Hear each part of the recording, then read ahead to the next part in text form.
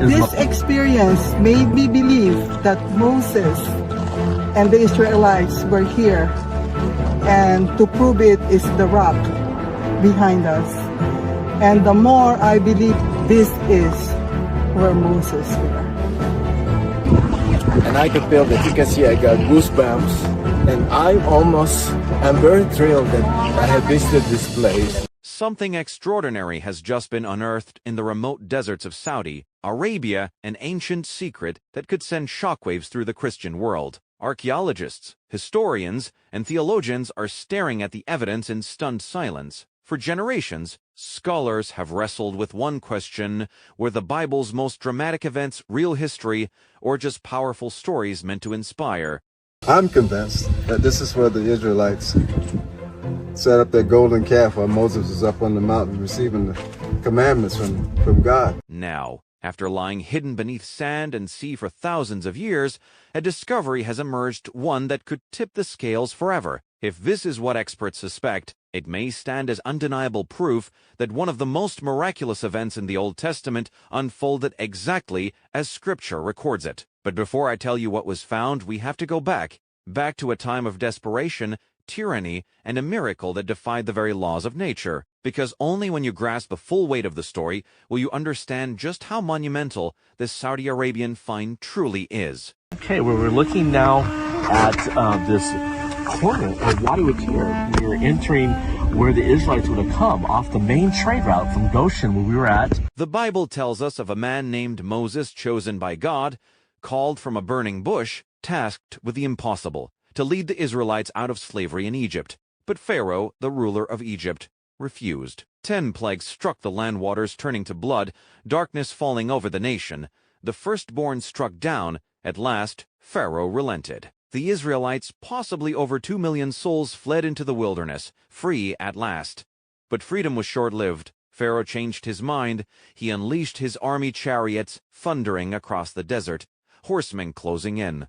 Behind the Israelites came the roar of Egypt's finest warriors. Ahead of them loomed an impassable barrier, the Red Sea. Trapped between water and death, panic consumed the people. Walls of water rose high on both sides, and in between, a dry path appeared across the seabed. The Israelites crossed in safety. But when the Egyptians followed, God commanded Moses to stretch out his hand once more. The waters came crashing down, swallowing soldiers, horses, and chariots in a single, thunderous moment. It is one of the most unforgettable miracles in Scripture. But could it have truly happened? Fast forward to the modern era. Marine archaeologists exploring the seabed between Nuweiba Beach in Egypt and the coast of Saudi Arabia discovered something remarkable. A natural underwater land bridge. Roughly 33 meters below the surface lies a gently sloping ridge connecting the two shores. This is no ordinary seafloor. It is wide enough for a mass crossing, and unlike the steep, sharp drop-offs found in most of the Red Sea, and that's only the beginning. Divers reported seeing strange coral formations shaped uncannily like ancient chariot wheels. Some are simple, circular shapes. Others have clearly defined spokes fronts in stone-like coral. When scanned with metal detectors, faint traces of ancient bronze and iron alloys were detected, materials consistent with the era described in Exodus. Ron Wyatt, a former treasure hunter turned biblical researcher, was one of the first to publicly reveal these discoveries in the 1970s and 80s. His claims drew controversy, but he documented what he found: photographs of coral-covered wheels, broken axles, and shapes eerily matching chariot parts. At first, skeptics dismissed him, but years later, independent divers and research teams returned to the same waters. They found the same haunting shapes, the same ridge, the same anomalies. Even those who doubted admitted the resemblance was unsettling, and the location. It matches the biblical account with astonishing accuracy. Imagine it, an ancient seabed ridge perfectly positioned between the place where the Israelites are believed to have camped and the wilderness that would lead them toward Mount Sinai. The crossing of the Red Sea is not just a story of escape, it's a defining moment of faith. And now, lying silently beneath the waves, there may be physical evidence that this moment was more than a parable, that it was history, that it truly happened. And the journey didn't end at the water's edge. After crossing, the Israelites ventured into the barren wilderness, where they would come face to face with the mountain where God's presence descended in fire and smoke, Mount Sinai itself. But where exactly is that mountain? That mystery is tied to yet another shocking discovery in the deserts of Saudi Arabia. For generations, the world has been told that Mount Sinai, the mountain where God gave the Ten Commandments, was in Egypt's southern Sinai Peninsula, near the quiet stone walls of St. Catherine's Monastery. That's the version countless tourists have heard. That's the location shown on maps, in guidebooks, and in tour buses winding up mountain roads. But there's a problem. The Bible itself tells a different story.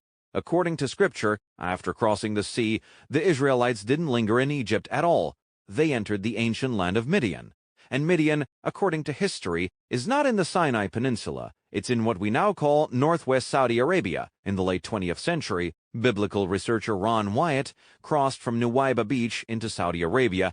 There, he came upon a mountain the locals called Jabal al-Lawz. What he saw stopped him cold. The peak was blackened, as if it had been scorched by an otherworldly fire. It was exactly as Exodus 19:18 described. Back then, Saudi authorities kept the mountain fenced off, guarded, and strictly off limits. But over the years, photos and videos have emerged from those who managed to reach the area, and what they show is astonishing. Near Jabal al-Lawz stands an ancient well, one that Islamic tradition stretching back over 1,000 years.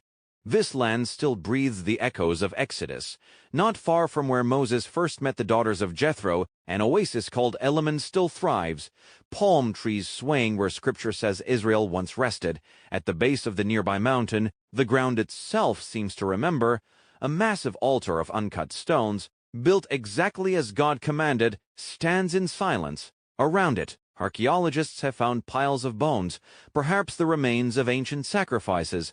Scattered close by are rows of standing stones. Could these mark the graves of the 3,000 who fell when Israel turned to the golden calf?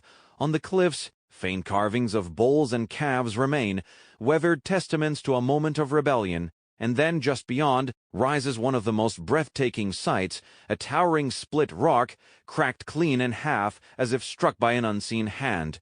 At its base run channels, carved by water that once gushed into the desert.